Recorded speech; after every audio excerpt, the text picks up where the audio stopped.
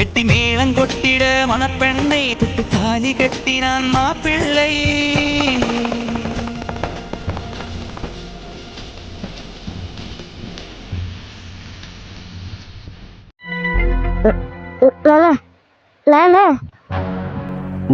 சொல்லுடி பொண்டாட்டி. என்ன சொல்றீங்க?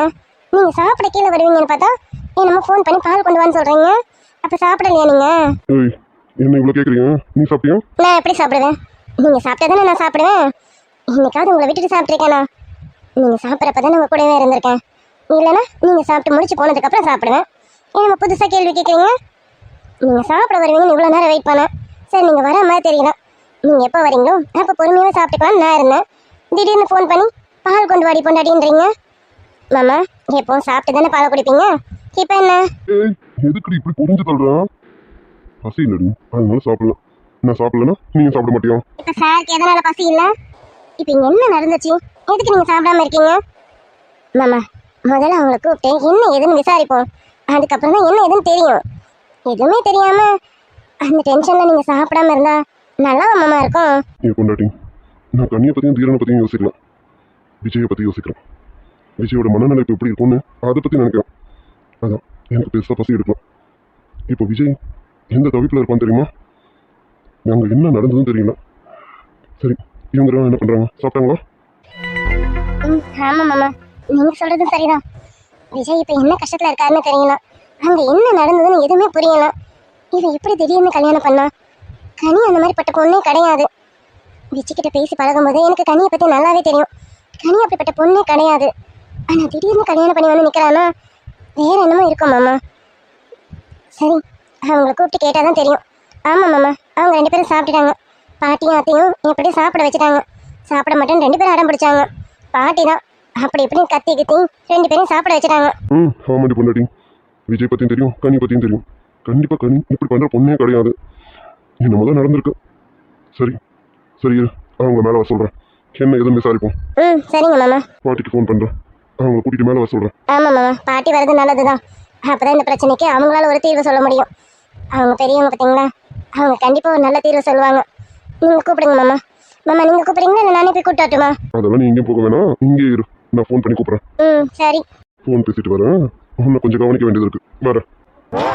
என்ன எதுக்கு கவனிக்க போறாரு? நான் என்ன பண்ணேன்? நான் எதுவும் பண்ணலையே. ஃபோன் பேசிட்டு வரட்டும், நான் உங்களை கவனிக்கிறேன்.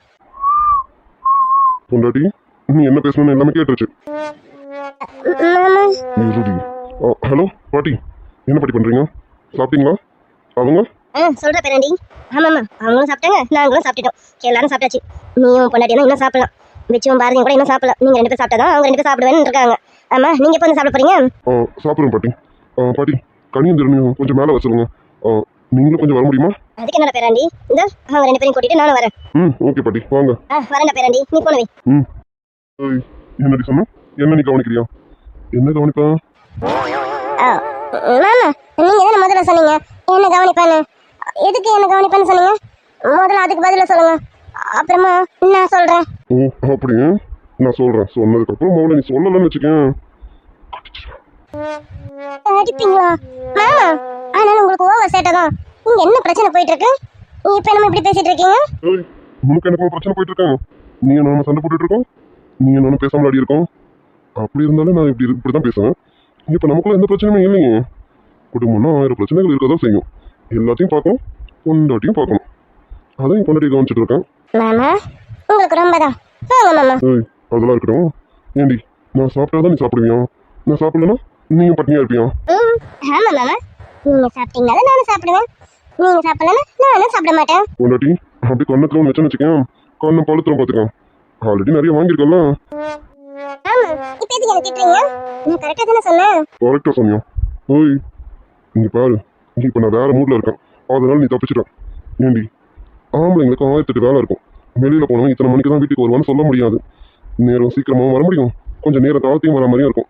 அதுக்காக வீட்டில் இருக்க பொண்டாட்டி சாப்பிடாம இருப்பீங்களா? ஏண்டி இப்படி இருக்கீங்க? இங்க பாரு, புருஷன் சாப்பிட்ட பிறகு தான் பொண்டாட்டி சாப்பிடணும். அந்த ஃபார்மாலிட்டிஸ் தான் நமக்குள்ள வேண்டாம், சரியா? உனக்கு பசிச்சுதான் நீ போனியா, எடுத்து போட்டியா, சாப்பிட்டியா? நான் எத்தனை மணிக்கு வந்தாலும் நான் சாப்பிட போறேன், இல்லை வெளியிலேயே சாப்பிட்டு வர போறேன். இந்த எனக்காக சாப்பிடாமலாம் இருக்கக்கூடாது. ஆமா, மேடம் இப்படிலாம் இருக்க மாட்டீங்களே. பசிச்சா நீங்க சாப்பிடுவீங்களே. மேடம் பசி தாங்குறவங்க கிடையாது. மாமா என்ன நீங்க ரொம்ப நல்லா புரிஞ்சு வச்சிருக்கீங்க. நம்ம கோயிலுக்கு போவோம்ல, கோயில பாத்துக்க முன்னாடி ஃபுல் கட்டிட்டேன் மாமா. அதனால இப்ப எனக்கு பசி இல்ல பாத்துக்கோங்க. பசி இருந்தா நீங்க வர வரைக்கும் வெயிட் பண்ணிருக்க மாட்டேன். கும்பலோட கோயிந்தாவா உட்காந்து ஃபுல் கட்டிட்டு இருப்பேன். ஆல்ரெடி கட்டிட்டேன்னா அதான் சாப்பிடல மாமா. அடி பாவி, நான் கூட என் மேல உள்ள அக்கறையில தான் மேடம் சாப்பிடாம இருக்கீங்களோன்னு தப்பா நினைச்சிட்டேன்டி. ஐயோ மாமா, உங்களுக்கு ஒண்ணுமே புரியணும். பாசம், லவ், கேரிங் இதெல்லாம் வேற டிபார்ட்மெண்ட் மாமா. பசி, வயிறு இதெல்லாம் வேற டிபார்ட்மெண்ட் மாமா. இந்த டிபார்ட்மெண்ட் கூட அந்த டிபார்ட்மெண்ட்டை சேர்க்க கூடாது, தப்பு. ஓ அப்படி? ஆமா மாமா, நீங்க கேள்விப்பட்டதுல தாயும் பிள்ளையும் ஒண்ணுனாலும் வாயும் வேற வேற வேறதான் மாமா. தாயும் பிள்ளைக்குமே அப்படின்னா புருஷன் பொண்டாட்டிக்கு சொல்லவா வேணும். வயிறோட டிபார்ட்மெண்ட் வேற மாமா, லவ் அந்த டிபார்ட்மெண்ட் வேற மாமா. அது கூட இதெல்லாம் சேர்க்க கூடாது மாமா, தப்பு. நீ பொண்டாட்டி ஒட்டி பிடிச்சி நச்சுன்னு மொத்தம் கொடுத்துக்கிட்டே இருக்கலாம்டி. நீ எப்பவுமே இப்படியே இரு, இதான் எனக்கு பிடிச்சிருக்கு. இப்படி இருக்கும் என் குல்ஃபி தான் எனக்கு ரொம்ப பிடிக்கும். மாமா உங்களுக்கு எவ்வளவு கோவம் வரல? ஏய் கோவமா எதுக்குடி? இல்ல உங்களுக்காக சாப்பிடாம வெயிட் பண்ணிட்டு இருந்தேன்னு போய் சொன்னேனே அதுக்கு. அடி பொண்டாட்டி, நீ இப்படி இருக்கிறதா எனக்கு பிடிச்சிருக்குன்னு சொல்லிட்டேனே, அப்புறம் நீ போய் சொன்ன உண்மை சொன்ன. என் பொண்டாட்டிக்கு எப்பவுமே இப்படிதான் இருக்கும், இந்த சுட்டித்தனத்தோடு இருடி. இதுதான் இந்த அர்ஜுனுக்கு ரொம்ப பிடிச்சிருக்கும். சரி இப்போ எதுவும் பண்ண முடியாது, ரூமுக்கு போய் வச்சுக்கிறேன். இங்கே கொஞ்சம் பஞ்சாயத்து இருக்குல்ல, அதை முடிச்சுட்டேன். அப்புறம் ரூம்ல நம்ம பஞ்சாயத்தை பார்க்கலாம். மாமா போங்க. ஏய் என்னடி, கன்னிதீரன் பஞ்சாயத்து இருக்கிறதால ஒன்று விட்டுறோம்னு நினைக்கிறியா? இது வேற அது வேற, அது நடக்க வேண்டியது கரெக்டாக நடக்கணும். மாமா என் பிட்டு எனக்கேவா? அப்புறம் நீ தானே சொன்ன லவ், பாசம், கேரிங் அதெல்லாம் வேற டிபார்ட்மெண்ட்டு. பசி இது வேற டிபார்ட்மெண்ட்டுன்னு அந்த மாதிரி தான் பஞ்சாயத்து வேற டிபார்ட்மெண்ட்டு, நம்ம ரொமான்ஸ் அது வேற டிபார்ட்மெண்ட்டு. அதனால நடக்க வேண்டியது அப்பப்போ நடக்கும், சரியா? மாமா போங்க. லவ் யூடி பண்ணி பஞ்சாயத்து முடிச்சுட்டு அப்புறம் போகலாம். ஐயோ மாமா, பாட்டி வந்துட்டாங்க. அதான் நல்லாவே தெரியுது, பாட்டி தான் சிக்னல் கொடுத்துட்டாங்க நான் வந்துட்டேன்னு. சரி அவங்கள பார்த்துட்டு அப்புறமா வந்து என் பொண்டாட்டி பார்க்குறேன். மாமா பாட்டி பேராண்டி தப்பான நேரத்துல வந்துட்டேனோ, இன்னும் கொஞ்ச நேரம் கழிச்சு வந்திருக்கலாமோ? அப்படிலாம் எதுவும் இல்லை பாட்டி, கரெக்டாக தான் வந்திருக்கீங்க. வாங்க தீரன் வா. பாட்டி உட்காருங்க. தீரன் நீ உட்காரு. இல்லை சார் இருக்கட்டும் பரவாயில்ல. டேய் என்னடா என்னமோ சடங்கால பொண்ணு மாதிரி கூச்சப்பட்டு நின்றுட்டு இருக்கேன். சாப்பிட சொன்னாலும் வேணாங்கிறீங்க, உட்கார சொன்னாலும் வேணாங்கிறீங்க. ஏண்டா சடங்கால பொண்ணு கூட இப்படி கூச்சப்பட மாட்டாடா? நீ என்னமோ கூச்சத்துக்கு மேலே கூச்சப்பட்டுட்டே இருக்க. இதுக்கெல்லாம் கூச்சப்படுற, தாலி கட்டுறதுக்கு மட்டும் கூச்சப்படாம கட்டிட்டு வந்துட்டியே, அது எப்படி நடந்தது? பாட்டி அது அது வந்து தீரன் இதுக்கு தான் நாங்கள் சொல்லும் போதே செஞ்சிரு. வந்து உட்காந்துட்டீங்கன்னா இவ்வளோ தவிக்க வேண்டியதில்லை. நீ இன்னும் உட்காரலன்னு வச்சுக்கேன், பாட்டி இன்னும் கேள்வி மேலே கேள்வி கேட்பாங்க. எப்படி உட்காரியா இல்லை பாட்டி விட்டு கேள்வி? இல்லை சார் உட்காந்துருங்க சார். தீரன் இதுக்கு நீங்க மாமா சொல்லும் போதே உட்காந்துருக்கலாமா? பாட்டி சொன்னதுக்கு அப்புறம் தான் உட்காருவீங்க, அப்படிதானே? சேச்சா அப்படிலாம் இல்லைக்கா, சார் முன்னாடி அதான் எதுக்குன்னு. தீரன் இந்த சார் மூரன்னா கூப்பிட்டு இருக்காங்க. எனக்கு விஜய் எப்படியும் அப்படிதான் நானும். விஜய் என்ன முறை வேணும் அதே முறை தான் நானும்.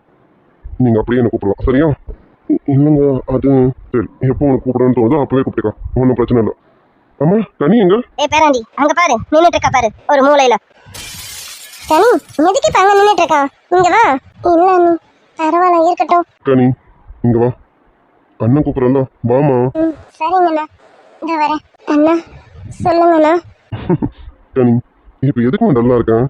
சரி அதெல்லாம் இருக்கட்டும், நீயும் தீரனும் நல்லா சாப்பிட்டீங்களா? டேய் பேராண்டி ரெண்டும் சாப்பிட மாட்டேன்னு ரொம்ப மக்கார் பிடிச்சதுங்க. ரெண்டத்தையும் பிடிச்சி நல்லா கத்தி விட்டுட்டேன் பாத்துக்க. கத்தினதுக்கு அப்புறம் தான் 4 வயசு ஒரே வயிற்றுல இறங்குச்சு. ரெண்டு முகத்தையும் பார்த்தா காலையிலேருந்து எதுவுமே சாப்பிடல. சாப்பிடுங்கன்னா நீ எனக்கு வேணாம் உனக்கு வேணான்னு ரெண்டு போட்டு இருந்ததுங்க. 4 கத்தி விட்டுட்டேன் பாத்துக்க. நினைச்சேன் இவங்க இப்படி தான் பண்ணுவாங்கன்னு, அதனால உங்ககிட்ட சொல்லிட்டு வந்தேன். தேங்க்ஸ் பாட்டி, இவங்களை எப்படி திட்டி மிரட்டியாவது சாப்பிட வச்சுங்க. அடே பேராண்டி அப்புறம் சாப்பிட வைக்காம விட்டுருவேனா என்ன? என் பேரன் என்கிட்ட பொறுப்பெல்லாம் ஒப்படைச்சிருக்கேன், அது எப்படி சாப்பிட வைக்காம விட்டுருவேன்? அதெல்லாம் காதை தெரியாது ஊட்டி விட்டுருவேன் பாத்துக்க. அதனால பாட்டி உங்ககிட்ட சொல்லிட்டு வந்தேன். சரி தீரன் என்ன ஆச்சு? எதனால நீங்கள் 2 பேரும் அந்த கோவிலில் வந்துருந்தீங்க? வீட்டில் என்ன பிரச்சனை? சார் அது அது வந்து கனி நீயாவது சொல்லுமா, இப்போ உங்க 2 பேருக்கு கல்யாணம் ஆச்சு, எப்படி ஆச்சு? ஏதாவது சொன்னாதான் உங்களாலே உங்களுக்கு ஏதாவது ஹெல்ப் பண்ண முடியும். நடந்தது என்னன்னு சொல்லுங்க. கனி அவள் சொல்கிறதா நானும் சொல்கிறேன். நீங்கள் ஏதாவது வாய் திறந்து சொன்னாதான் என்னால் முடிஞ்ச ஹெல்ப்பை என்னால் பண்ண முடியும். என்ன நடந்தது சொல்லுங்க. எப்போ உங்களுக்கு கல்யாணம் ஆச்சு? அடியே சிரிக்கி, என்ன வாயில குளக்கட்டியா வச்சுட்டு இருக்கேன்? அதான் சோத்த தின்னு தண்ணி குடிச்சிட்டு வந்தாச்சுல, அப்புறம் எதுக்கு முடிச்சிட்டு இருக்க? நடந்தது என்னன்னு சொல்லுடி. அது வந்துண்ணா, அண்ணா கல்யாணம் நடக்கிறதுக்கு 1 மணி நேரத்துக்கு முன்னாடி தான் எங்களுக்கு கல்யாணம் நடந்தது. கனி, நீ என்ன சொல்ற? அடி சிரிக்கி, என்னடி சொல்ற? எனக்கு புரியல. விஜய் பேரன் கல்யாணம் நடக்கிறதுக்கு 1 மணி நேரத்துக்கு முன்னாடி தான் உனக்கு கல்யாணம் நடந்ததா? எப்படி? ஆமா, 2 பேரும் திருட்டு தனமா போய் கல்யாணம் பண்ணிட்டு வந்தீங்களா என்ன? அது வந்து பாட்டி. கனி, அழாதம்மா. அழாம நடந்தது என்னன்னு சொல்லு. இங்க யாரும் உன்னை எதுவும் கேட்க போறது இல்ல. நீ நடந்தது என்னன்னு மட்டும் சொல்லு. நான் சொல்றேன். சொல்லு தீபன், என்ன நடந்தது? இந்த கல்யாணத்துக்கும் கனிக்கும் எந்த சம்மந்தமும் இல்லை. தாலி கட்டி முடிக்கிற வரைக்கும் கனிக்கே தெரியாது அவளுக்கு கல்யாணம் நடந்ததுன்னு. அவள் கோவிலில் சாமி கும்பிட்டு இருக்கும்போது நான் தான் அவளுக்கே தெரியாம அவள் கழுத்துல தாலி கட்டிட்டேன். அடப்பாவி, அடி திருட்டு பையனே, கேடி மூஞ்ச பத்தியா? இந்த பொண்ணையும் பால் குடிக்கமான முகத்தை வச்சுக்கிட்டு இந்த பொண்ணை பால் இல்ல பீர் பிராந்தி விஸ்கி அடிக்கணும்னு காமிச்சிட்டா நீனு. பாட்டி, அது வந்து பாட்டி, மாமா எதுவும் சொல்லாதீங்க பாட்டி. மாமாவும் என்ன பண்ணும், அதோட சூழ்நிலை அந்த மாதிரி. எங்க மாமா கண்டிப்பா எங்க கல்யாணத்துக்கு சம்மதிக்க மாட்டாரு. மாமாக்கு வேற இடத்துல பொண்ணு பார்த்துட்டாங்க. அதனால மாமா அவசரப்பட்டு இப்படி ஒரு வேலையை பண்ணிட்டாங்க. அப்படியே சிரிக்கி கோமட்டிலே குத்திடுவோம் பார்த்துக்க. வாயை மூடிட்டு கடை. இவன் பண்ணது ஒரு வேலை, அதுக்கு நீ சப்போர்ட் பண்ணி சொல்லிட்டு இருக்கேன். ஏண்டி, இவன் பண்ணதுக்கு நான் அதே இடத்துல அரைஞ்சிருவேன் பார்த்துக்க. திருட்டு தாலியை கட்டிட்டு இருக்கான், அதுவும் உனக்கே தெரியாம. ஏண்டி சிரிக்கி, அவன் தான் கட்டிட்டானே, அடுத்த நிமிஷம் நீ என்ன பண்ணிருக்கணும்? போய் என் பேரங்கிட்ட சொல்லிருக்கோமா இல்லையா? பாட்டி, அவ அப்படி அவசரப்பட்டு எதுவும் சொல்லாதனால தான் விஜய் மாமா கல்யாணம் நல்லபடியா நடந்திருக்கேன். நான் ரொம்ப அவசரப்பட்டுட்டேன் தான். அன்னைக்கே நான் விஜய் மாமா கிட்ட எல்லாத்தையும் சொல்றேன்னு தான் சொன்னேன். என்னை சொல்ல விடாம தடுத்தது கனி தான். அதுக்கு காரணம் எங்க விஜய் மாமா கல்யாணம் நல்லபடியா நடக்கணும்னு. பிரியாக்கா கல்யாணம் ஏற்கனவே ஒரு தடவை நின்று போச்சு. இந்த தடவையும் நின்றுச்சுன்னா கண்டிப்பா அவங்க மனசு தாங்காது, விஜய் மாமாவும் தாங்கிக்க மாட்டாருன்னு கனி நிறைய யோசிச்சு நிதானமாக தான் முடிவு எடுத்திருக்கான். எல்லாமே நல்லபடியாக நடந்து முடிஞ்சதுக்கு அப்புறமா பொறுமையா எங்க விஷயத்த விஜய் மாமா கிட்ட சொல்லலாம் தான் இருந்தோம். அதுக்குள்ள கீழே பாயாசம் கொட்டி அதை எடுக்க போகும்போது இவ கழுத்துல இருக்க தாலி வெளியில வந்துருச்சு. அதை அத்தை பார்த்துட்டு பெரிய பிரச்சனை ஆயிடுச்சு. அத்தை எங்களை நிறைய பேசிட்டாங்க. அப்புறம் பெத்த வயிறு சும்மா வர இருக்கும். ஏண்டா, அந்த பொண்ணைய பார்த்து வளர்த்துருப்பாங்க. அப்படி வளர்க்க தெரிஞ்சவங்களுக்கு அவளுக்கு நல்லபடியா கல்யாணம் பண்ணி வைக்க தெரியாது. அவ கல்யாணத்தை எப்படி எல்லாம் பண்ணணும்னு நினைச்சிருப்பாங்க. நீ திருப்பம் திருட்டு தாலி கட்டிட்டா என்ன பெத்தவ தாண்டா சும்மா இருப்பான்? அவ ஆத்தக்கறி பேசுனது எல்லாமே சரின்னு நான் சொல்ல மாட்டேன். ஆனா அவ கோவம் நியாயமானது. பாட்டி, மாமாவை எதுவும் சொல்லாதீங்க பாட்டி. அதான் சொன்னாலும் மாமாவோட சூழ்நிலை சரியில்லைன்னு. ஏனாண்டி சிரிக்கி, எனக்கு கோவம் தலைக்கிறது பாத்துக்க. என்னமோ மாமா விட்டு கொடுக்காம பேசிக்கிட்டு இருக்க. பாட்டி சொன்னல, அவளுக்கும் இந்த கல்யாணத்துக்கு எந்த சம்மதமும் இல்லை பாட்டி. எல்லாம் நான் பண்ண தப்பு தான். என்னடா நடக்குதுங்க? என்னமோ அவ்வளவு ஒரு கேள்வி கேட்டா நீ என்னமோ பறிஞ்சு கட்டிக்கிட்டு வர. இன்னும் ஏதாவது சொன்னா அவ என்னமோ வக்காலத்து வாங்கிட்டு வர. அடடடடா, உங்க காதல் கைமீறி போயிட்டு இருக்க போல இருக்கேன். இல்ல பாட்டி, அவ பேர்ல எந்த தப்பும் இல்ல. தப்பு பண்ணது எல்லாம் நான் தான் பாட்டி. அடே, நீ தான் எல்லா தப்பும் பண்ண. ஆனா உன் சொல்லணும் எனக்கு புரியுது. ஆனா அந்த பொண்ணோட குடும்பத்தை கொஞ்சம் யோசிச்சு பாரு. அவன் அண்ணன் எவ்வளவு ஆசை வச்சிருப்பான். அவ ஆத்தக்காரி தான் பொண்ணுக்கு எப்படியெல்லாம் கல்யாணம் பண்ணணும்னு நினைச்சிருப்பா. நீ திருப்பி இப்படி ஒரு காரியத்தை பண்ணிட்டு வந்தா எந்த பெத்தவளால தான் ஏத்துக்க முடியும்? கனி, இவ்வளவு விஷயம் நடந்திருக்கு. விஜய் என்ன சொன்னா? கண்டிப்பா நீ வீட்டை விட்டு வெளியே வரதுக்கு அவன் சம்மதிச்சிருக்க மாட்டான். அதையும் மீறி நீங்க வந்துட்டீங்களா? அதான் மாமா கேக்குறாங்களே, பதில் சொல்லுமா. அம்மா, விஜய் அண்ணா எதுவுமே பேசலன்னு அப்படியே அமைதியா இருந்துட்டாங்க. எனக்கு தெரியும் நான் பண்ண இந்த காரியத்தை அண்ணனால ஏத்துக்க முடியல. அதான் அண்ணன் அதிர்ச்சியில எதுவுமே பேசல. வாயடிச்சு போய் அமைதியா நின்றுச்சு.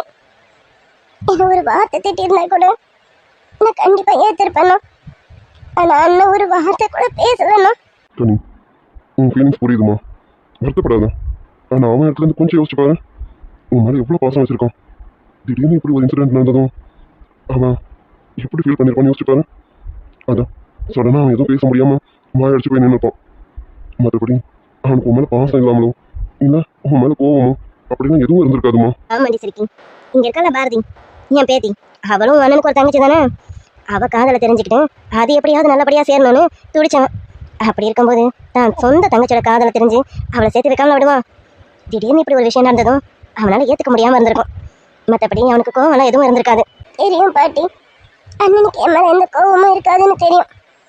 நீங்க சொன்ன மாதிரிதான் திடீர்னு இப்படி ஒரு விஷயத்த பார்த்ததும் அண்ணனால ஏத்துக்க முடியலன்னு எனக்கு புரியுது. என்ன திட்டியாவது ஒரு வார்த்தை பேசியிருக்கலாம்ல பாட்டி. நாங்க வீட்டை விட்டு வெளியில வரப்போறோம்னு தெரிஞ்சோம் அண்ணன் ஒரு வார்த்தை கூட பேசல பாட்டி. என்னால அதுதான் ஏத்துக்கவே முடியல. அழாதம்மா, இங்க பாரு, விஜய் பத்தி எங்களுக்கு நல்லா தெரியும். எங்களுக்கு தெரிஞ்சதை விட உனக்கு நல்லா தெரியும். உன் அண்ணனை பத்தி உனக்கு தெரியாதா? அவருக்கு கொஞ்சம் கோவம் இருந்தாலும் உன் மேல பாசம் அதிகமா. வருத்தப்படாத, கண்டிப்பா விஜய் உன்னை தேடி வருவாரு. தெரியும் அண்ணி, கண்டிப்பா அண்ணன் என்ன தேடணும். இப்ப அண்ணன் என்ன தேடி தவிச்சிட்டு இருக்கோன்னு எனக்கு நல்லாவே தெரியும். சரி, நடந்ததை நினச்சி வருத்தப்படுறதை விட்டுட்டு அடுத்து என்ன பண்ணலான்னு யோசிங்க. ஆமாம், உங்கள் வீட்டுக்கு போனீங்களா? ஆமாம் சார், எங்கள் வீட்டுக்கு போகணும். அங்கேயும் இந்த பேராண்டி உண்மையிலே அவனை பெத்த வந்தானா இல்லை எங்கேயாவது இருந்து தத்து எடுத்துட்டு வந்துட்டானா? பாட்டி, அப்புறம் என்னடா இப்படி ஒரு மனுஷனா? சரி, உள்ள திருத்தனமா தாலி கட்டிட்டானா? கோவம் இருக்க வேண்டியதுதான். அதுக்காக இந்த பச்சை பிள்ளைய பார்த்து தேவையில்லாத வார்த்தை பேசுறதா? நான் மட்டும் அங்கே இருந்தேன்னா அவனை உண்டில் நாக்கிட்டு இருப்பேன். தப்பிச்சிட்டான். கேடு கட்டவலாமா? கேடு கட்டவன் யாரு? என் பேத்தி கேடு கட்டவலாமா? அவன் நல்ல ஒழுக்கமானவனாமா? சொந்த தங்கச்சிக்கிட்ட இருந்து சொத்தை பறிச்சுக்கிட்டு தான் மட்டும் நிம்மதியாக சந்தோஷமா வாழணும்னு நினைக்காம பாரு. அவன் நல்லவன், என் பேத்தி கேடு கட்டவலாமா? அவனுக்கு நாங்கள் இல்லாமல் போயிட்டேன். இருந்திருந்தேன் சுளுக்கு தாங்க நாள் கொடுத்துருப்பேன். தீரன் சார், சொல்லுங்கள் சார். பாத்தியா, நம்ம ஆம்பளைங்க அவசரப்பட்டு ஒரு செயலை பண்ணுறதுனால பாதிப்பு யாருக்குன்னு? பண்ண தப்பு எல்லாமே நீ, ஆனால் பாதிப்பு எல்லாமே கணிக்கு. அவள் வீட்டு சைடும் சரி, உன் வீட்டு சைடும் சரி, அவளை மட்டும்தான் திட்டியிருக்காங்க. அவள் தான் தப்பு பண்ண மாதிரி. அவள் என்னமோ உன் கையை பிடிச்சி கொண்டு போயிட்டு கோவிலில் வச்சு என் கழுத்தை தாலி கட்டிடான்னு சொன்ன மாதிரி 2 வீட்டுக்காரங்களும் அவள் தான் தப்புன்னு பேசியிருக்காங்க. பார்த்தியா? ஆனால் நமக்கு தானே தெரியும் இங்கே தப்பு பண்ணது யாருன்னு. இங்க முக்கால்வாசி ஆம்பளைங்க தான் தப்பு பண்றது. ஆனா ஆம்பளைங்க பண்ற தப்புக்கு பொம்பளைங்க தான் பலிகடை ஆயிட்டு இருக்காளுங்க. இந்த உங்க விஷயத்துல அதானே நடந்துட்டு இருக்கேன். ஆமாம், இதை நான் அப்போவே உணர்ந்துட்டேன். எல்லா தப்பும் பண்ணது நானும். ஆனால் என்னால் கனிக்கு தான் கெட்ட பேர். நான் பண்ண இந்த தப்பான செயலுக்கு கனிக்கு ஒரு கெட்ட பேரை கொடுத்துட்டாங்க. அதை நான் தான் போக்கணும். கனியை நான் எப்படியாவது சந்தோஷமாக வச்சுருக்கணும். விஜய் மாமா வீட்லையும் சரி, எங்கள் வீட்லையும் சரி, இவங்க 2 பேரும் பார்த்து ஆச்சரியப்படுற மாதிரி நாங்கள் நல்லா வாழணுங்க. தீரன், இப்போ நீ எடுத்த முடிவு நல்ல முடிவு. ஆனால் தாலி கட்டுற விஷயத்துல தான் கொஞ்சம் அவசரப்பட்டுட்டேன். நிதானமாக விஜய் கிட்ட சொல்லியிருக்கலாம். சரி, நடந்துச்சு. இனி அதை பற்றி யோசிச்சு ஒரு பிரயோஜனமும் கிடையாது. ஒரு விஷயத்தை செய்யறதுக்கு முன்னாடி 1000 தடவை யோசிக்கணும். அதே செஞ்சதுக்கப்புறம் ஒரு தடவை கூட யோசிக்கக்கூடாது. சரி, இப்போ நீங்கள் இங்கே இருங்க. நாளைக்கு என்னன்னு நான் பார்த்து சொல்கிறேன். சரியா சார்? எங்களுக்கு ஒரு ஹெல்ப் பண்ண முடியுமா? சொல்லு தீரன், என்ன பண்ணணும்னு சொல்லு. எங்களுக்கு ஒரு வீடு பார்த்து தர முடியுமா சார்?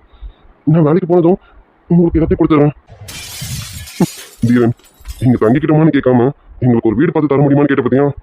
அதுலேயும் தன்னம்பிக்கையை நான் புரிஞ்சுக்கிட்டேன். கண்டிப்பாக நாளைக்கு உங்களுக்கு ஒரு வீடை பார்த்து தரேன். நீங்கள் அங்கே இருங்க. அடே பேராண்டி, வீட்டை மட்டும் பார்த்து வச்சா எப்படி? வீட்டை பார்த்து வச்சிருவேன், அதுக்கு அட்வான்ஸ் வாடகை நீ கொடுத்துருவேன். சரி, கொஞ்ச நாளைக்கு செலவுக்கு கையில் காசும் நீ கொடுத்துருவேன். அதுக்கப்புறம் இவன் தானே குடும்பத்தை நடத்தணும். அதுக்கு ஒரு வேலை வெட்டி வேணும்ல. பாட்டி, ஒரு இடத்துல வேலை கேட்டிருக்கேன் பாட்டி. நாளைக்குள்ள சொல்கிறேன்னு சொல்லியிருக்காங்க. நல்லா இருக்கிற பேராண்டி, கல்யாணத்தை பண்ணிட்டு வேலையை பார்க்குறேன். அடே, ஒரு வேலை வெட்டியை கையில் வச்சுக்கிட்டு 4 காசை சம்பாதிச்சு வச்சுக்கிட்டு அதுக்கப்புறம் தானே பொண்ணு தேடணும். நீ சில பொண்ணு படணும்னு மட்டும் நினச்சா போதாது, அதை நம்ம தக்க வச்சுக்கணும். தீரன் சார், அதெல்லாம் உங்களுக்கு வேலை ரெடியாக இருக்கு. நான் நாளைக்கு ஒரு விசிட்டிங் கார்டு தரேன். அங்கே போங்க. அவன் என் ஃப்ரெண்டு தான். நீங்கள் போங்க, நாளைக்கே வேலையில் ஜாயின் பண்ணுங்கள். முதல்ல வீட்டை பார்த்துட்டு அதுக்கப்புறம் வேலையில் ஜாயின் பண்ணுங்கள். மற்றதெல்லாம் அப்புறம் பேசிக்கலாம். நான் விஜய் கிட்ட பேசுகிறேன். அது வரைக்கும் பார்த்துக்கோங்க. சரியா? அண்ணா, எனக்கும் ஏதாவது வேலை இருந்தால் சொல்லுங்கண்ணா, நானும் கண்டிப்பாக போகிறேண்ணா. பரவாயில்லைங்க, புருஷனுக்கு உதவியாக இருக்கணும்னு நீங்கள் கூட சேர்ந்து சம்பாதிக்க போகிறேன். மாமா, கனி சொல்கிறதும் சரிதான். வீட்டில் ப்ராப்ளத்தோடு இருந்தா அவளுக்கு மனசும் சரியில்லாமல் தான் இருக்கும். அவள் வேலைக்குன்னு போனாதான் அவள் மைண்டு டைவர்ட் ஆகும்ல. அதுக்கு என்ன, கண்டிப்பாக. கனி, நீ நாளைக்கு நம்ம ஃபேக்ட்ரிக்கு வா. சரியா? தேங்க்ஸ்ண்ணா. விஜய்க்கு தேங்க்ஸ் சொல்லுவியா அண்ணா? அண்ணா, இந்த வார்த்தை உண்மையா? அண்ணா சாரிண்ணா, நான் இனிமேல் தேங்க்ஸ் சொல்ல மாட்டேன். சாரியும் சொல்லக்கூடாது. அண்ணன் ஆயிட்டல, அப்புறம் என்ன தேங்க்ஸ் சாரின்னு. சரி நீலா, இவங்களுக்கு ஒரு ரூமை காட்டேன். அவங்க போய் பாடுக்கட்டும். காலையிலேருந்து ரொம்ப சுற்றி இருப்பாங்க, டயர்டாக இருப்பாங்க. இவங்க போய் பாடுக்கட்டும். சரிங்க மாமா. தீரன் வாங்க. சரிங்கக்கா. வா, சும்மா அழுதுகிட்டே இருக்காத, முதல்ல ரூமில் வந்து பாடு. வா. அக்கா. சொல்லுங்க தீரன். அவன் பாரதி ரூம்லேயே படுத்துக்கிட்டோம், நான் பீச்சு கூட படுத்துக்கிறேன். அடே, என்னடா பேசிட்டு இருக்கேன்? 2 பேருக்கு கல்யாணம் ஆயிருக்கு, என்னமோ தனித்தனியாக படுத்துக்கிறேன்றீங்க. அதெல்லாம் ஒன்றும் வேணாம். டே பேராண்டி, இவங்க 2 பேருக்கும் ஒத்த ரூமே காட்டு, அவங்க அதிலே படுத்துக்கிட்டோம். இல்லைக்கா, இருக்கட்டும். அவன் பாரதி கூட படுத்துக்கிட்டோம், நான் தனியாக படுத்துக்கிறேன். தீரன், நாங்கள் சொல்கிறோம்ல, போங்க. 2 பேரும் கொஞ்சம் நேரம் மனசு விட்டு பேசுங்க. நாங்கள் வேறு எதுக்காகவும் அனுப்பல. நீங்கள் 2 பேரும் மனசு விட்டு பேசணுங்கிறதுக்காக தான் ஒரே ரூமில் போயிருங்கன்னு சொல்கிறது. காலையிலேருந்து ரொம்ப அலைஞ்சிருக்கீங்க. போங்க, போய் 2 பேரும் கொஞ்சம் நேரம் மனசு விட்டு பேசி நல்லா நிம்மதியாக தூங்குங்க. போங்க. வாழ்க்கை சொர்க்கத்துக்கு மேலே சொத்து சொகம் ஏதும் சொன்ன கதை இல்ல, கேட்ட கதை இல்ல. அண்ணன் தம்பி சேர்ந்திருந்தா பாசத்தையும் ரோசத்தையும் பகைத்து கண்ணீருக்கும் வேறுபாடு ஏதுமில்லை. ஒரு மர விழுதா பல மரம். காலில் ஒரு முள்ளு தச்சா கண்ணு கலங்குது, கண்ணில் ஒரு தூசு பட்டா கைதான் ஓடுது. சேவல் அன்று கோடு கிழிச்சு வேலி போட்டது, வேலி தாண்டி கோழி போக வேளை வந்தது.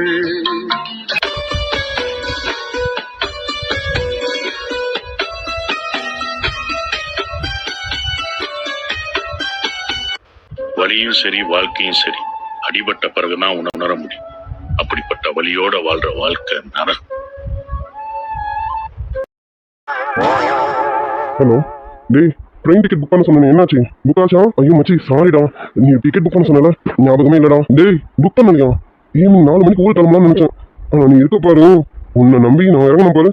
என்ன சொல்லணும்டா, இந்த பேக்ல பேக் பண்ணி வச்சுட்டேன்டா நானு. டேய் இப்போ உனக்கு என்ன, திருநெல்வேலிக்கு டிக்கெட் வேணும் அவ்வளோதானே? நீ கவலையே படாத, ஈவினிங் என்ன ட்ரெயின் இருக்குன்னு பார்த்து நான் புக்கிங் போடுறேன். அதான் நம்ம ஃப்ரெண்டு ரயில்வேல இருக்கார்ல, அப்புறம் என்ன? டேய் சீக்கிரம் டிக்கெட் புக் பண்ணிடா. கண்டிப்பா அம்மா கிட்ட நான் நாளைக்கு வந்துருவேன்னு சொல்லியிருக்கேன். அவங்க வேற நான் வந்துருவேன்னு அதை இதுன்னு செஞ்சு வச்சிருப்பாங்க. நாளைக்கு நான் போகணும்னா அவங்களுக்கு ஏமாற்றம் ஆயிடும்டா. சீக்கிரம் பண்ணிடா மச்சி. நான் டிக்கெட் புக் பண்ணதுக்கு மன்னிச்சிரு. நான் இப்போ 10 நிமிஷத்தை உனக்கு டிக்கெட் புக் பண்ணி தரேன். 10 நிமிஷம் ஃபோனை வெயி, புக் பண்ணிட்டு உனக்கு நான் ஃபோன் பண்றேன். சரிடா மச்சான், சீக்கிரம் பண்ணிடுறா.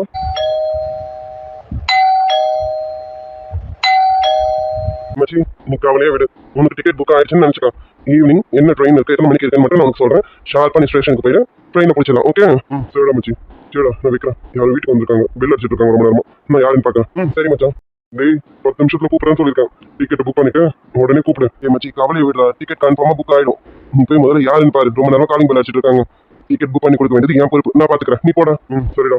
யாருன்னு தெரியலையே, டோர் ஓப்பன்ல தான் இருக்கு. டோர் ஓப்பன்ல தான் இருக்கு, உள்ள வாங்க. நீதானா? அம்மா என்ன புதுசா காலிங் பெல் அடிச்சுக்கிட்டேன். டோர் ஓப்பன்ல இருந்ததுல உள்ள வர வேண்டியதானே? சார் ரொம்ப பிஸியா இருக்கீங்களா? அதான் பெல் அடிச்சிட்டு உள்ள வரலாமா வேணாமான்னு கேட்டுட்டு வரலாமே இருந்தேன். என்னடி வரும்போது ரொம்ப ஹாட்டா வர, என்ன கோவம் என் மேல? நான் எதுவும் பண்ணலையே. எதுவும் பண்ணலையா? சொல்லுங்க, எதுவுமே பண்ணலையா? நீ கேட்கறத பார்த்தா நான் ஏதோ தப்பு பண்ண மாதிரி இருக்கேன். சும்மா அப்பப்போ கிஸ் பண்ணிருக்கேன் அவ்வளவுதான். மற்றபடி நான் எதுவும் பண்ணலையடி. பண்ணணும்னு நினைச்சதான் விட மாட்டீங்க. விக்ரம், நான் கேட்டது வேற. நீங்க எதுவும் பண்ணலையா? ஏய் அதாண்டி சொல்றேன், சத்தியமா நான் எதுவும் பண்ணணும். ஏன் ஏதாவது குவா சத்தமா? யோ ஒண்ணு நான் என்ன கேட்டுட்டு இருக்கேன்? உனக்கு கிளப்பு கேக்குதா? மூஞ்ச முகரைய பாத்தியா? ஆமா என்ன இதெல்லாம்? ஏய் இது என்ன உனக்கு தெரியாதா? என் ட்ரெஸ்ஸஸ்லாம் பேக் பண்ணி வச்சிருக்கேன், லக்கேஜஸ். ஏன் அப்படி கேட்குறேன்? அதை வச்சுதான் சொல்றேன். விக்ரம், நீ ஊருக்கு போகும்போது என்ன கூட்டிட்டு போவேன்னு சொன்னேன். நான் தானே வரேன்னு சொன்னேன். எனக்கு அத்தையை பார்க்கணும் போல இருக்கு, உங்க ஊரு உங்க வீடெல்லாம் பார்க்கணும் போல இருக்குன்னு சொன்னேன்ல. ஆனா மூணு மணிக்கு என்ன விட்டுட்டு போறேன்றீங்க. நீங்க பாருங்க விக்ரம், என்னை கூட்டிட்டு போகாம உங்களை போக விட மாட்டேன். நானும் வருவேன். யோ என்ன பண்ற? இந்த ஜல்லிக்கட்டும் அடக்க பார்க்கறேன். ரொம்ப துள்ளிக்கிட்டு வருதான், அதான் அடக்கிற முடியுமான்னு பார்க்கறேன். ஏண்டி சின்ன பிள்ளை மாதிரி அடம் பிடிச்சா எப்படி? நான் தான் ஏற்கனவே சொன்னேன்ல, அங்கே உனக்கு செட் ஆகாதுமா. நீ நினைக்கிற மாதிரி இங்கே இருக்கிற எந்த வசதியும் அங்கே இருக்காது. இங்கே பாரு, நீ அங்கே வரணும்னு ஆசைப்படுறதெல்லாம் சரிதான், ஆனால் உனக்கு அங்கே எதுவும் செட் ஆகாதுடி. விக்ரம் சும்மா சும்மா அப்படியே சொல்லாதீங்க. என்ன எனக்கு செட் ஆகாது? இங்க இருக்கிற வீடு தானே அங்கேயே இருக்கு. வீட்டுக்குள்ள படுக்கிற மாதிரி இடம் இருக்கா, உட்கார மாதிரி இடம் இருக்கா? வீட்டுக்கு வந்தவங்களுக்கு அத்தை கண்டிப்பா சமைச்சு போடுவாங்களா? சாப்பாடு இருக்கும்ல. சாப்பாடு படுக்க இடம் இது போதாதாங்க. இன்னும் இதை தவிர எனக்கு என்ன வசதி வேணும்? ஏய் புரியாம பேசாதம்மா. இங்கே பாரு, அது ஓட்டு வீடு, வீட்டுக்குள்ள கொஞ்ச நேரம் இருக்க முடியாது, உன்னால ஹீட்டு தாங்காது. அதே மாதிரி நீ இங்கே இருக்க பாரு, 24 ஹவர்ஸும் ஏசி ரூம்ல. அங்கே ஏசிக்கெலாம் இடமே இல்லை. ஏசினா என்னன்னு கேட்பாங்க, அங்கே அப்படிலாம் எதுவும் கிடையாது. அதை விட மெயினாக ரெஸ்ட் ரூம்லாம் இல்லை. அதெல்லாம் கொஞ்சம் வெளியில் போகிற மாதிரி இருக்கும்டி. அங்கே எதுவும் உனக்கு செட் ஆகாதுமா. அதுக்கு தான் சொல்கிறேன், நான் போயிட்டு உடனே வர மாதிரி தான் உன்னை கூட்டிகிட்டு போவேன். அம்மாவை பார்த்து ரொம்ப நாள் ஆச்சு, போய் ஒரு 4 நாளாவது அம்மா கூட இருக்கணும்னு இருக்கேன். அதனால நீ வேண்டான்னு சொல்கிறேன். எனக்குன்னா எல்லாமே பழகிடுச்சு, நான் பிறந்து வளர்ந்தது எல்லாமே அங்கே தான். அதனால எனக்கு இதெல்லாம் பெருசாக தெரியாது, நான் எல்லாத்தையும் அட்ஜஸ்ட் பண்ணிப்பேன். விக்ரம், உங்ககிட்ட வசதி இருக்குன்னு பார்த்தா நான் உங்களை விரும்பினேன். எனக்கு இந்த வசதியெல்லாம் வேண்டாம். ஏசி வேணாம், ரெஸ்ட் ரூம் வேணாம், எதுவும் வேணும். நீங்கள் எங்கே இருக்கீங்களோ அங்கே நானும் இருப்பேன். ஏன் அந்த ஊரில் பொண்ணுங்களே இல்லையா என்ன? எல்லா பொண்ணுங்களும் வெளியில் தானே போகிறாங்க, வெளியில் தானே குளிக்க செய்வாங்க. அவங்களோட சேர்த்து நானும் இருந்துக்கிறேன். அதெல்லாம் 4 நாள் நான் அட்ஜஸ்ட் பண்ணிப்பேன். எனக்கு ஒன்றும் கஷ்டம்லாம் இல்லை. என்னை கூட்டிகிட்டு போகக்கூடாததுக்கு என்னென்னமோ ரீசன் சொல்கிறீங்க, அப்படி தானே? உன்னை கூட்டிட்டு போகக்கூடாதான் இல்லம்மா, உன்னை கண்டிப்பா நான் கூட்டிட்டு போகணும். அப்புறம் உன் புருஷன் பிறந்த ஊராச்சு, அதை நீ பார்க்கலன்னா எப்படி? உன்னை கூட்டிட்டு போகணும்னு எனக்கும் ஆசை. என்ன உங்க அப்பா விட மாட்டாரு, உங்க அண்ணன் விட மாட்டாங்கன்னு நான் பயந்துட்டு இருக்கேன்னு நினைக்கிறேன். அவங்களெல்லாம் சமாளிக்கிறது எனக்கு ஒரு பெரிய விஷயமே இல்லை. மாமனார் சமாளிக்கிறதுலாம் எனக்கு பெரிய விஷயம் இல்லை, அவரெல்லாம் சமாளிச்சுவேன். மச்சான் என் பக்கம் தான், அதனால அதுவும் எனக்கு ஒரு பெரிய பிரச்சனை கிடையாது. உனக்கு தோல் மேலே கூட்டிட்டு போயிட்டே இருப்பேன்டி. ஆனா அங்க உனக்கு செட் ஆகாதுன்னு தான் பாக்குறேன். நல்லா யோசிச்சு சொல்லு. நீ வரணும்னு முடிவு எடுத்துட்டீங்கன்னா நான் கூட்டிட்டு போறேன். அப்புறம் அங்க வந்துட்டு மறுநாளே விக்ரம் என்ன கூட்டிட்டு போய் ஊர்ல விடுங்கன்னு சொன்னான்னு வச்சுக்கோங்க, மகள அப்புறம் தான் விக்ரம பாப்பேன், விக்ரமோட இன்னொரு குணத்தை பாப்பேன். அப்படிதான் ஒன்றும் சொல்ல மாட்டேன். எனக்கு அங்கே கஷ்டமாவே இருந்தாலும் பரவாயில்ல, நீங்க கூட இருப்பீங்களா? உங்க கூட இருக்கிறது எனக்கு ரொம்ப பிடிக்கும். இப்படியெல்லாம் ஒரு வாய்ப்பு கிடைக்காதுல்ல, எத்தனை லவர்ஸ்க்கு கிடைக்கும், நமக்கு கிடைச்சிருக்கலாம். ப்ளீஸ் விக்ரம், என்னையும் கூட்டிட்டு போங்க. சரி, உன்னை நான் கூட்டிட்டு போறேன்னே வச்சுக்கேன். உங்க அப்பா கிட்ட என்ன சொல்லிட்டு வருவேன்? மச்சான விடு, மச்சான் எதுவுமே சொல்ல போறது கிடையாது. என் மாமனார் கிட்ட என்ன சொல்ல போறேன்? இப்பதான் சொன்னீங்களா உங்க மாமனாரை சமாளிப்பீங்கன்னு, ஏதாவது சமாளிச்சு என்ன கூட்டிட்டு போங்க. எனக்கு 4 நாள் உங்க கூட அத்தை கூட இருக்கணும்னு ஆசை. நானும் அத்தையை பார்க்கணும்ல, ப்ளீஸ் கூட்டிட்டு போடா. என்னடி திடீர்னு போட வரேன்னு சொல்றேன்? கூட்டிட்டு போலனா இன்னும் வேற மாதிரி திட்டுவேன். ஒழுங்கு மாதிரி கூட்டிட்டு போடா. அப்படி போவி, நீ இப்படி இல்லாம பேசுவான். படிச்ச பொண்ணாச்சேன்னு பார்த்தேன், பக்கம் லோக்கலா இருக்கேடி. எல்லாம் அப்படிதான், நீ கூட்டிட்டு போலனா கண்டிப்பா பேசுவேன். பச்சை பச்சையா பேசட்டுமா? வேண்டாம் வேண்டாம், உனக்கு என்ன என் கூட ஊருக்கு போகணும் அவ்வளவுதானே? கண்டிப்பா கூட்டிட்டு போறேன், போதுமா? நிச்சயமாவா? அப்போ உங்க மாமனாரு? என் மாமனார் தானே, அது மச்சான் பார்த்துப்பாரு. நீ என் கூட ஊருக்கு வர, கன்ஃபார்மா ஈவினிங் நம்ம ஊருக்கு கிளம்புறோம். சீக்கிரமா போய் உன் லக்கேஜ் எல்லாம் பேக் பண்ணு, ஓகேவா? விக்ரம், லவ் யூ சோ மச்டா. ஏய், என்னடி ஊருக்கு வரதுல எவ்வளவு சந்தோஷமா இருக்கேன். ஏய், உன் சந்தோஷம் எல்லாம் இருக்கட்டும், இப்படியெல்லாம் இருந்தா நான் வேற மூடுக்கு போயிடுவேன்டி. சி போடா, எனக்கு எவ்வளவு சந்தோஷமா இருக்கு தெரியுமா? என்ன நீ எங்க விட்டுட்டு போயிடுவீங்கன்னு நினைச்சேன், அதெல்லாம் சீக்கிரம் ஓடி வந்தேன். எப்படியாவது உங்ககிட்ட பேசி ஆடம் பிடிச்சி நான் உங்க கூட ஊருக்கு வரணும்னு நினைச்சேன். எனக்கு இப்போ எவ்வளவு சந்தோஷமா இருக்கு தெரியுமா? தெரியுது, எனக்கு எவ்வளவு சந்தோஷம்னு நல்லாவே தெரியுதுடி. வீட்டி பார்த்துக்காரு எப்படியெல்லாம் ஆடம் பண்ணி ஊருக்கு கூட வர்றதுக்கு பிளான் பண்ணிட்டேன், அப்படிதானே? ஆமா. அப்புறம் உன்னை மட்டும் தனியாக அனுப்பிட்டு 4 நாள் நீ இல்லாமலா? என்னால உங்களை பார்க்காம இருக்க முடியாது. உங்களை பார்த்துக்கிட்டே இருக்கணும், உங்ககிட்ட பேசிக்கிட்டே இருக்கணும். அதான் 4 நாள் என்ன உங்களை விட்டு பிரிஞ்சிருக்க முடியாது. அதான் ஆடம் பண்ணி ஓடி வரேன். அடி ராட்சசி, என்ன அடமெண்டா இருக்கும். ஏய், கல்யாணத்துக்கு அப்புறம் இப்படி அடம் பண்ணாதடி. எனக்கும் வெளி வேலைகள்லாம் நிறைய இருக்கும், ஒரு இடத்துக்கெல்லாம் உன்னை கூட்டிட்டு போக முடியாதுன்னா கல்யாணத்துக்கு அப்புறமும் இப்படியே இருக்கக்கூடாது. சரி அடி சொல்லு குட்டி. அதெல்லாம் முடியாது, அப்போ இப்படிதான் இருப்பேன். அப்போ நான் விக்ரம் கூடவே தான் இருக்கணும். அதனால கல்யாணத்துக்கு அப்புறம் இந்த வெளியூருக்கு போறது, அங்க போறது, இங்க போறதெல்லாம் வச்சுக்க கூடாது. பொண்டாட்டி முந்தானியே தான் பிடிச்சிட்டு இருக்கணும். என்ன பிடிச்சிட்டு இருப்பியாடா விக்ரம்? அதுக்கு என்ன, கல்யாணத்துக்கு அப்புறம் என்ன, இப்பவே பிடிச்சிட்டு இருக்க நான் ரெடி தான். பிடிச்சிக்கிட்டோமா, நம்ம 2 பேர் தான் இருக்கிறோம், பிடிச்சிக்கலாமா? சீரியஸா தாண்டி கேட்குறேன், விளையாடலாம் இல்லை. பாரு, இவ்வளோ பக்கத்துல நெருக்கமா சுற்றி கட்டி பிடிச்சிட்டு என் மூடு மாறாம இருக்குமா என்ன? இங்க பாரு, சும்மா இருந்தாலும் உசு பேத்திடுறேன். இப்போ ஏதாவது எனக்கு வேணும்ல. திருட்டு பையனே, அப்படிலாம் எதுவும் கிடையாது, போடா. நீ என்னடி தருது? எனக்கு வேணுங்கிறத நானே எடுத்துப்பேன். ஏன்னா எனக்கு உரிமையானதாச்சும் யாரோட பர்மிஷனும் எனக்கு தேவையில்லை.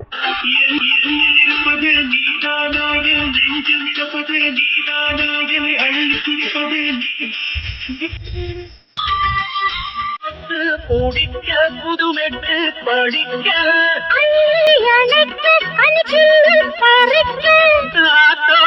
இடம் இருக்கு வசதியா, ஒரு ஒப்படைக்க ஒத்திக பார்க்க வருவியா?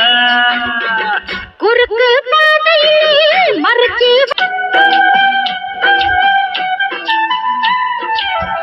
தனியா படிச்சா ஏறவில்லை, இனிப்பா இருக்கு படிப்பதற்கு.